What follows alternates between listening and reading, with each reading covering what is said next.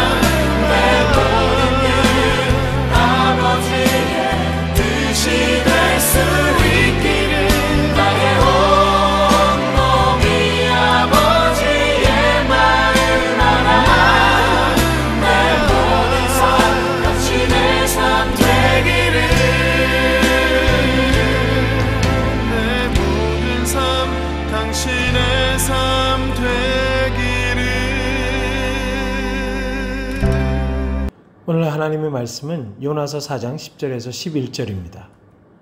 여호와께서 이르시되 내가 수고도 아니하였고 재배도 아니하였고 하룻밤에 났다가 하룻밤에 말라버린 이 박넝쿨을 아꼈거든.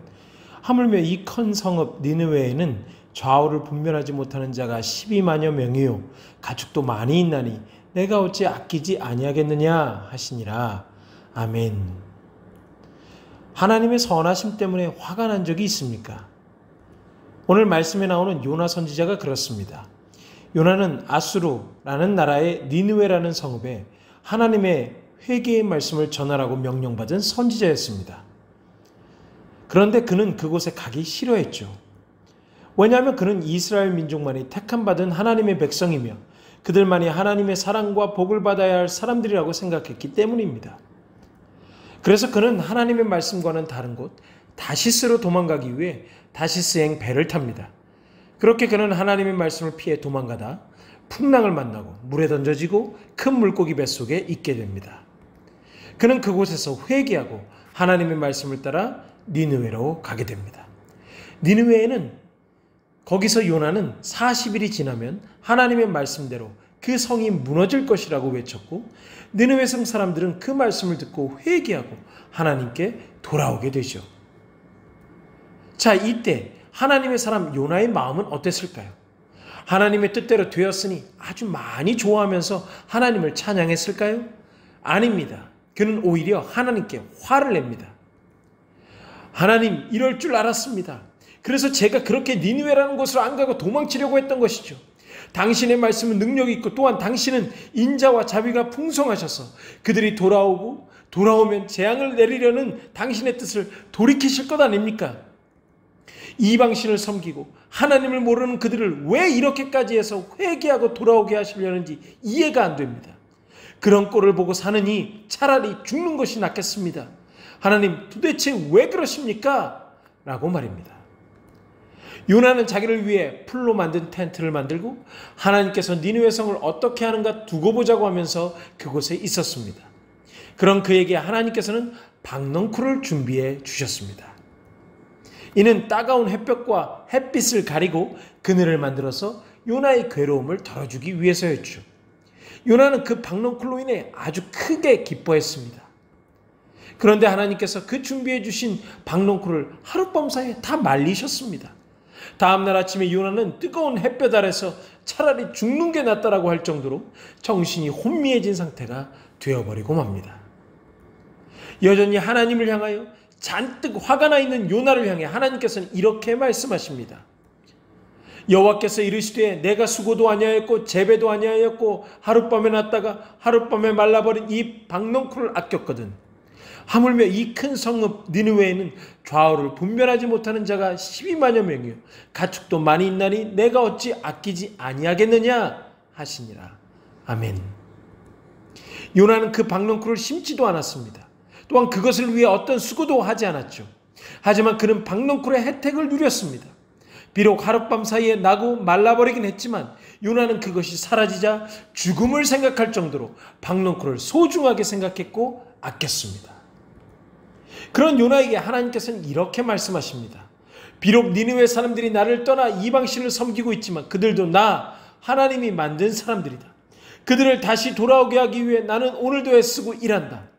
니느웨 사람들, 특히나 아직 인생이 어떤 건지도 모른 채 이방신을 섬기고 죽어가는 사람들을 내가 아끼고 사랑하는 것은 당연한 것 아니겠느냐? 하나님께서는 요나에게 잃어버린 하나님의 사람들을 향한 하나님의 마음을 보여주고 싶으셨던 것입니다. 사랑하는 중고등부 친구들, 다음 찬양의 가사가 우리의 고백되기를 바라며 읽고 마치겠습니다. 아버지, 당신이 바라보는 영혼에게 나의 두 눈이 향하길 원합니다. 아버지, 당신이 울고 있는 어두운 땅에 나의 두 발이 향하길 원합니다. 아버지, 당신의 마음이 있는 곳에 나의 마음이 있기를 원합니다. 아버지, 당신의 눈물이 고인 곳에 나의 눈물이 고이길 원합니다.